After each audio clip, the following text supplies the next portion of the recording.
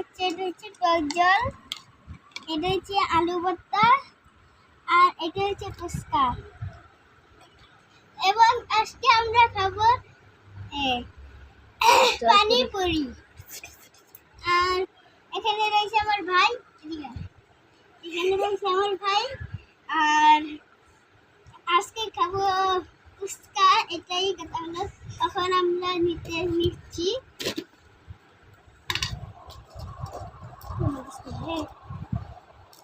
কেন করতে তো খাবি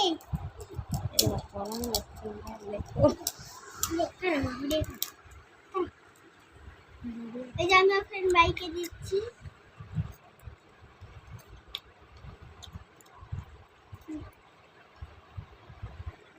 এখন আমি খাবো।